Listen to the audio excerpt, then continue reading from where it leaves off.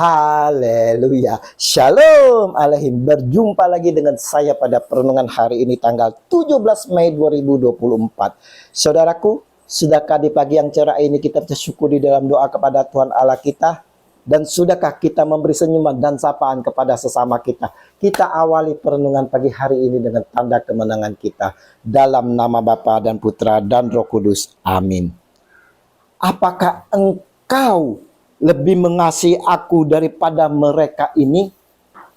Bacaan liturgi hari ini diambil dari Kisah Para Rasul 25 ayat 13 sampai dengan 21 dan Injil Yohanes 21 ayat 15 sampai dengan 19. Saudara-saudaraku yang terkasih, hari ini saudara, Injil memperlihatkan kepada kita semua akan pembicaraan Yesus dengan Petrus. Apa saja yang dibicarakan mereka? Di sini Yesus Kristus Sang Junjungan kita mempertanyakan kepada Petrus, Simon anak Yona, apakah engkau lebih mengasihi aku daripada mereka ini mengasihi aku? Benar Tuhan, jawab Petrus. Tuhan tahu saya mencintai Tuhan. Yesus berkata kepadanya, peliharalah anak-anak dombaku. Yohanes 21 ayat 15. Rupanya saudara, pertanyaan ini tidak cukup sekali Yesus tanyakan kepada Petrus, saudara.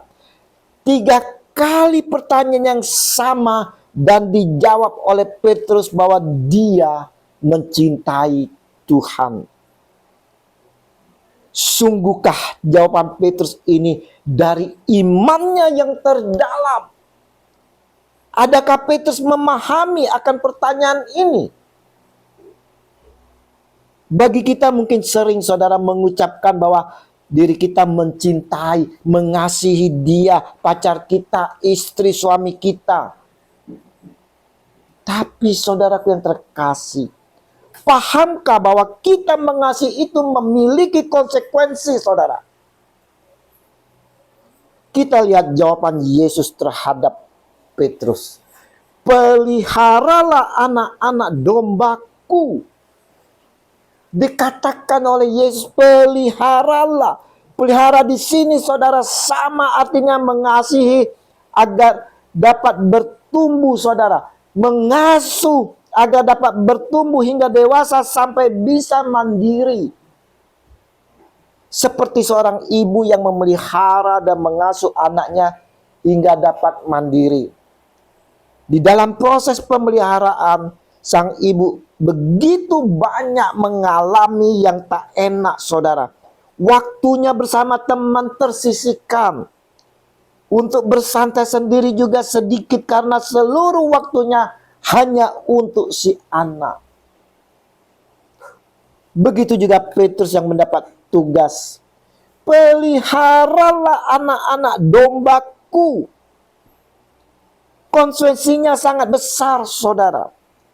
Bukan saja waktu yang terbuang banyak untuk mereka, tapi dirinya harus berkorban dikejar-kejar penguasa yang tak suka, nyawanya pun terancam.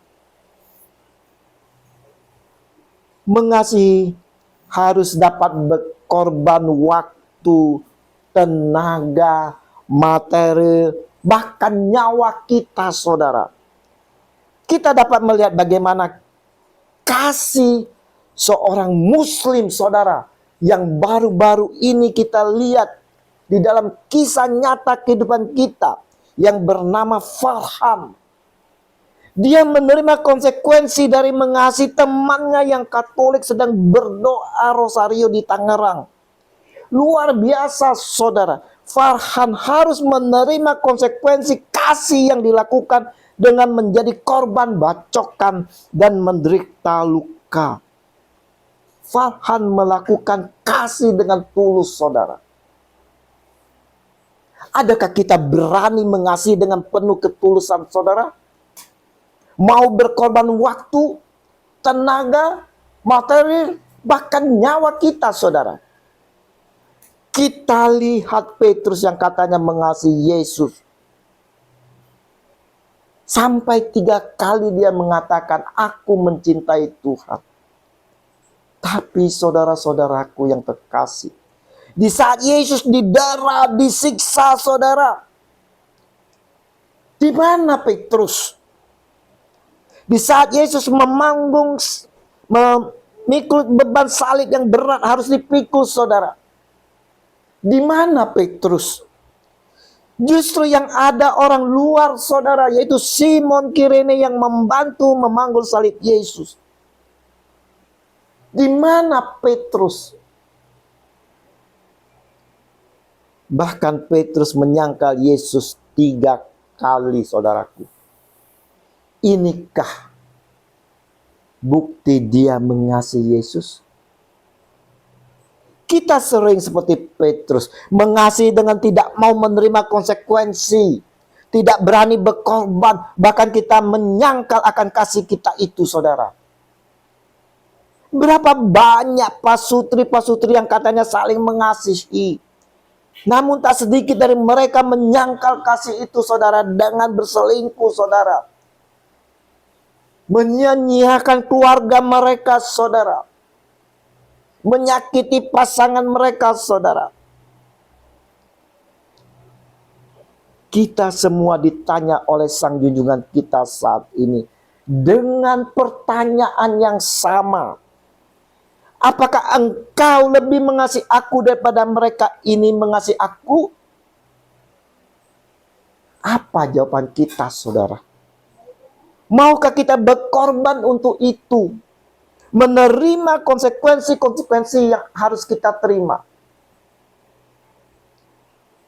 Kita yang mengasihi dia diberi tugas yang sama, yaitu peliharalah anak-anak dombaku. Sama halnya dengan Petrus dan Paulus, saudaraku yang terkasih. Kita pun diberi tugas oleh Yesus untuk menjadi saksi-saksinya dan mewartakan akan kebenaran. Mewartakan kabar sukacita. Namun saudaraku yang terkasih, sebelum kita mau mengambil tugas itu, saudara, sebelumnya, saudara, kita harus ikuti sikap kedua orang ini, yaitu Paulus dan Petrus, di mana mereka, saudara, menyadari atas dosa-dosa mereka. Mereka sadar karena mereka orang berdosa dan mereka mau bertobat. Sudahkah kita bertobat, saudara?